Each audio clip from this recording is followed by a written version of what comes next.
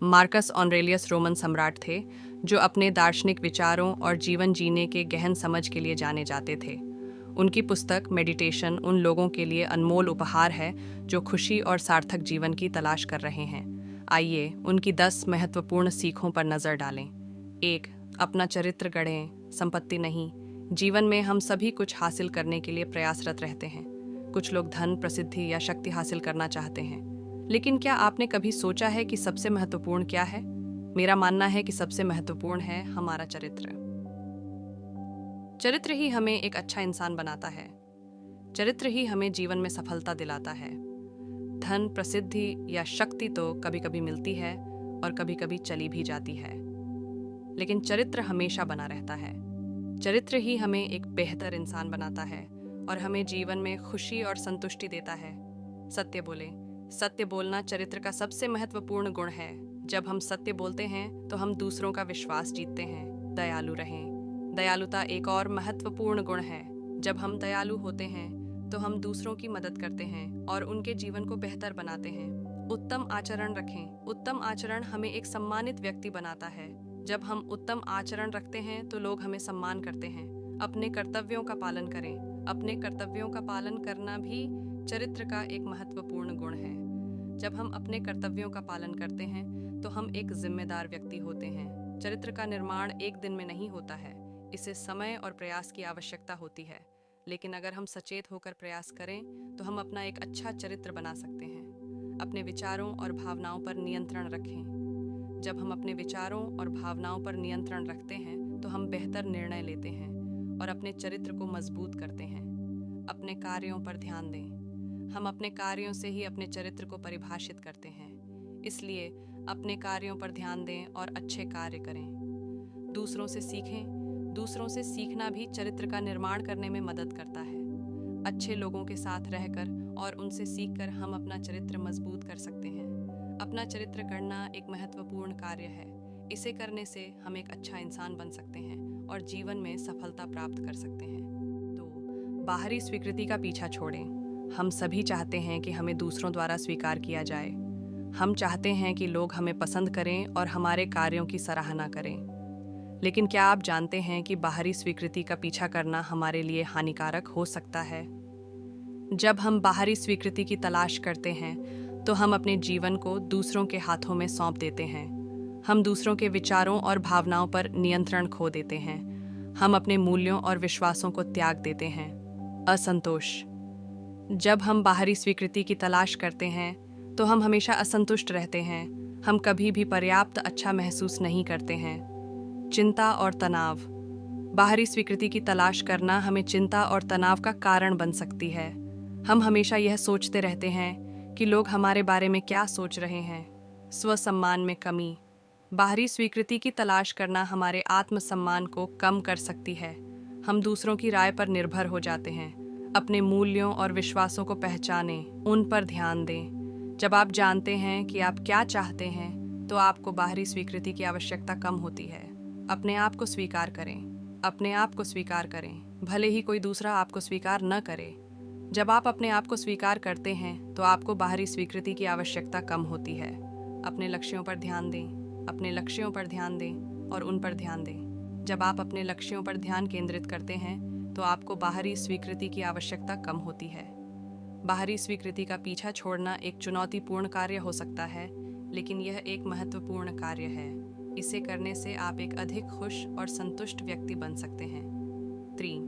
उस पर ध्यान दें जिसे आप नियंत्रित कर सकते हैं। जीवन में कई चीज़ें हैं जो हम नियंत्रित नहीं कर सकते। हम मौसम को नियंत्रित नहीं कर सकते, हम दूसरों के कार्यों को नियंत्रित नहीं कर सकते और हम भविष्य को नियंत्रित नहीं कर सकते। लेकिन हम कुछ चीज़ों को नियंत्रित कर सकते हैं, जैसे हमारे विचार, हमारे भावनाएं और हमारे कार्य। जब हम उन चीज़ों पर ध्यान केंद्रित करते हैं जिन्हें हम नियंत्रित नहीं कर सकते तो हम चिंता और तनाव का अनुभव करते हैं। लेकिन जब हम उन चीज़ों पर ध्यान केंद्रित करते हैं जिन्हें हम नियंत्रित कर सकते हैं तो हम अधिक नियंत्रण और शांति महसूस करते हैं। 4. क्रोध को रचनात्मक रूप से नियंत्रित करें। क्रोध एक प्राकृतिक भावना है जो हर किसी के जीवन में कभी कभी आती है, लेकिन क्रोध को नियंत्रित करना महत्वपूर्ण है ताकि यह हानिकारक न हो। क्रोध को रचनात्मक रूप से नियंत्रित करने के कुछ तरीके हैं। अपने क्रोध को पहचानें और स्वीकार करें। क्रोध को दबाने की कोशिश करने से यह और भी खराब हो सकता है। अपने क्रोध को पहचानने और स्वीकार करने से आपको इसे प्रबंधित करने में मदद मिलेगी। अपने क्रोध के कारणों को समझें। जब आप समझते हैं कि आप क्यों गुस्सा महसूस कर रहे हैं, तो आप इसे बेहतर ढंग से प्रबंधित कर सकते हैं। अपने क्रोध को स्वस्थ तरीके से व्यक्त करें। अपने क्रोध को दूसरों पर या खुद पर हिंसा के रूप में व्यक्त न करें। इसके बजाय अपने क्रोध को स्वस्थ तरीके से व्यक्त करने के तरीके खोजें, जैसे कि व्यायाम करना, लिखना या किसी दोस्त या परिवार के सदस्य से बात करना। अपने क्रोध को नियंत्रित करने के लिए तकनीकों का अभ्यास करें। कुछ लोगों को गहरी सांस लेने या ध्यान जैसी तकनीकों से मदद मिलती है। क्रोध को रचनात्मक रूप से नियंत्रित करना एक सीखने की प्रक्रिया है। धैर्य रखें और अभ्यास करें। 5. नकारात्मक विचार नकारात्मक भावनाओं को जन्म देते हैं। हमारे विचार हमारे भावनाओं को प्रभावित करते हैं। जब हम नकारात्मक विचार करते हैं तो हम नकारात्मक भावनाओं का अनुभव करते हैं। उदाहरण के लिए, अगर हम सोचते हैं कि हम असफल हो जाएंगे तो हम चिंता या भय महसूस करेंगे। अगर हम सोचते हैं कि हम अकेले हैं तो हम उदास या अलग महसूस करेंगे। नकारात्मक विचारों से बचना मुश्किल हो सकता है, लेकिन यह संभव है। कुछ सुझाव हैं जो आपको नकारात्मक विचारों से निपटने में मदद कर सकते हैं। अपने विचारों पर ध्यान दें। अपने विचारों पर ध्यान दें और उन विचारों पर ध्यान दें जो नकारात्मक हैं। अपने विचारों को चुनौती दें। अपने नकारात्मक विचारों को चुनौती दें और उन विचारों के लिए सबूत खोजें जो सच नहीं हैं। सकारात्मक विचारों पर ध्यान केंद्रित करें। सकारात्मक विचारों पर ध्यान केंद्रित करें और उन चीज़ों के बारे में सोचें जो आपके जीवन में अच्छी हैं। नकारात्मक विचारों से निपटना एक सीखने की प्रक्रिया है। धैर्य रखें और अभ्यास करें। अपने विचारों को एक पेपर पर लिखें। उन्हें अधिक स्पष्ट और ठोस बनाने में मदद मिल सकती है। अपने विचारों को किसी दोस्त या परिवार के सदस्य से बात करें। किसी ऐसे व्यक्ति से बात करना जो आपको समझता है मददगार हो सकता है। चिंता या तनाव से निपटने के लिए तकनीकों का अभ्यास करें।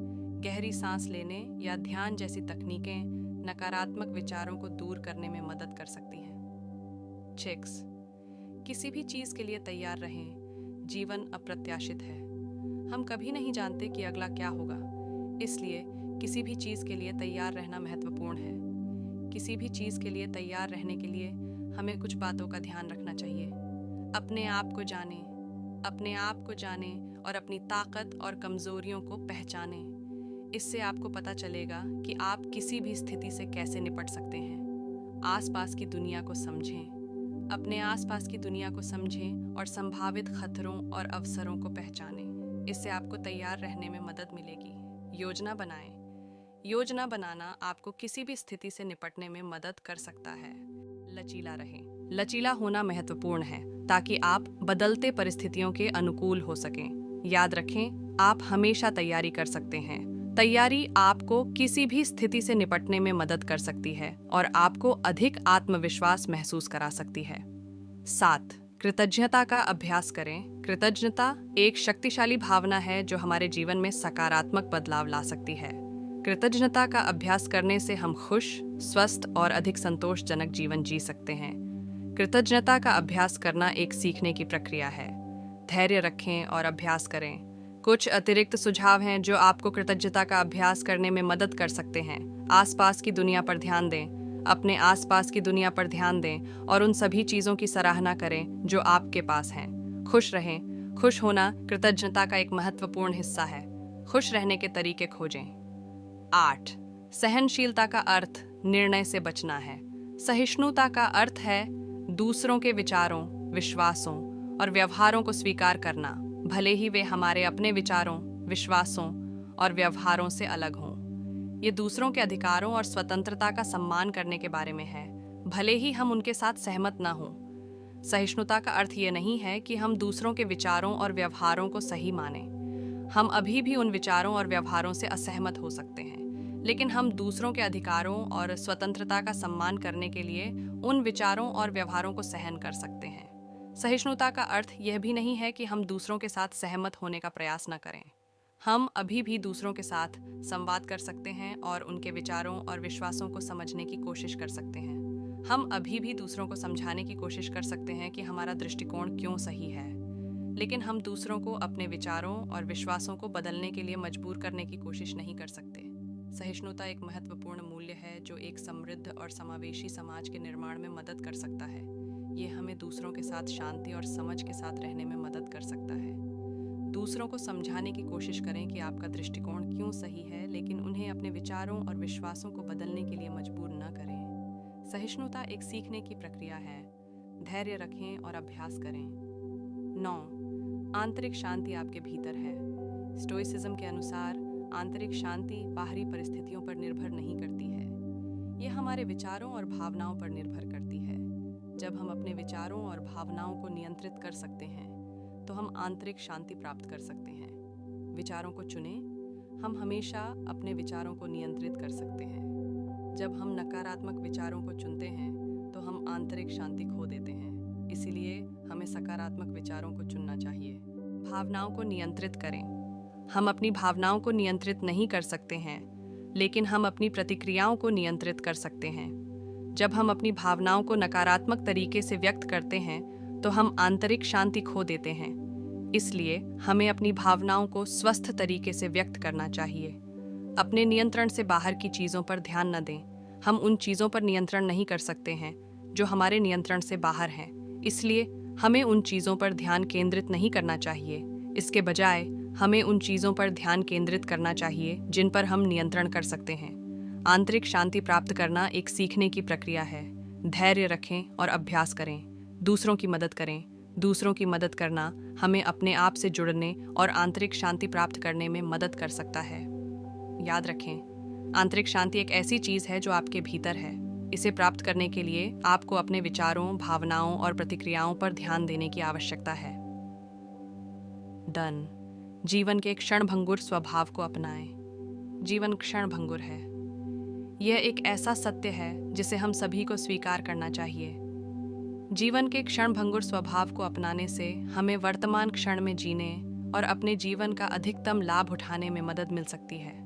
प्रत्येक क्षण का आनंद लें। हर दिन की शुरुआत करते समय इस बात पर ध्यान दें कि आप जीवन में एक और दिन के लिए आभारी हैं। अपने आसपास की दुनिया को ध्यान से देखें और उन सभी चीज़ों की सराहना करें जो आपके पास हैं। ध्यान या योग का अभ्यास करें। ध्यान और योग हमें वर्तमान क्षण में रहने और अपने मन को शांत करने में मदद कर सकते हैं। अपने अंतिम संस्कार की कल्पना करें। अपने अंतिम संस्कार की कल्पना करना आपको याद दिला सकता है कि जीवन क्षणभंगुर है और आपको अपने समय का मूल्य समझना चाहिए। याद रखें, जीवन एक उपहार है। इसे जीने का आनंद लें। मार्कस ऑरेलियस की ये 10 सीखें एक खुशहाल और अधिक सार्थक जीवन जीने के लिए कालातीत ज्ञान प्रदान करती हैं। याद रखें, कुंजी इस बात पर ध्यान देना है कि आप क्या नियंत्रित कर सकते हैं। सकारात्मक आंतरिक गुणों का विकास करें और हर दिन की यात्रा की सराहना करें। आज के लिए बस इतना ही। सब्सक्राइब और शेयर करना न भूलें। अपने सुझाव कमेंट में ज़रूर दें। धन्यवाद। आशा है कि आपको आज की बातें पसंद आई होंगी। अगली बार फिर मिलेंगे। तब तक सुरक्षित रहें और स्वस्थ रहें। नमस्ते।